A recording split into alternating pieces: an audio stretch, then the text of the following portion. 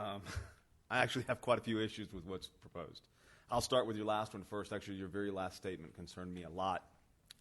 That as presented, the ordinance would require the citizen to come to the government and prove their need for generating additional power.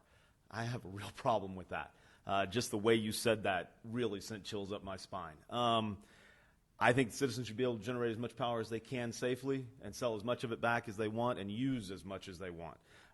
Perhaps I build one that net zeros my house.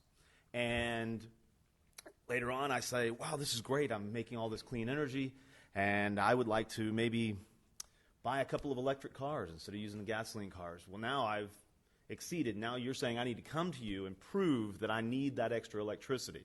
Well, what if I just generated more electricity than I needed to begin with, and I sold less back to the grid, and I made that decision for myself to add those 2 electric cars to my family or whatever else it might be? I think that's probably a more libertarian way to view it, and I would prefer it be worded that way. Regarding ground-mounted systems, I certainly understand the concern with somebody having a big array in their front yard on a 10,000 square foot lot. I get that. But that being said, I don't think there's any reason that somebody with a 10,000 square foot lot couldn't put an array in their backyard.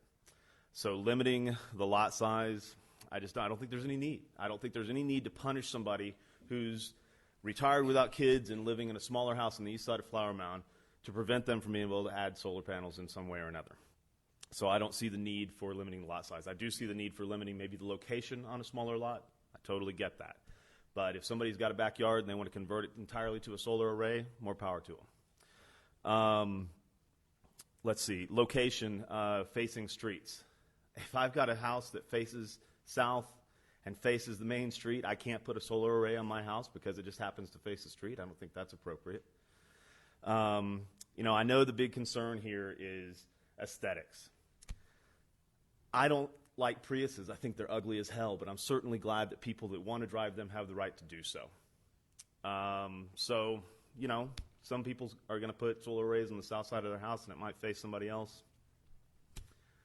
Tough.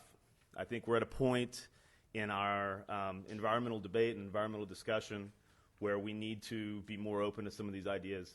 And some folks who have this idea that they need to be able to look out their window and see what they want to see, it's time to change that idea a little bit. The maximum height on ground-mounted arrays, I think you're off by quite a bit on that. I have a 4-panel array for emergency situations that's tripod-mounted, and it exceeds 5 feet, and it's a small array. And when it's set up properly and angled properly to face the sun, it exceeds 5 feet. I think you're too restrictive on that.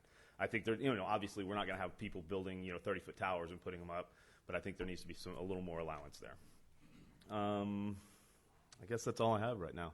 I think this needs to be worded in a way to make it more solar panel friendly and less restrictive. At reading this right now, it sounds and feels very restrictive to me, and I think we have an opportunity as a town to embrace this technology, embrace these ideals, as opposed to appearing so unfriendly to the ideas. Thank you.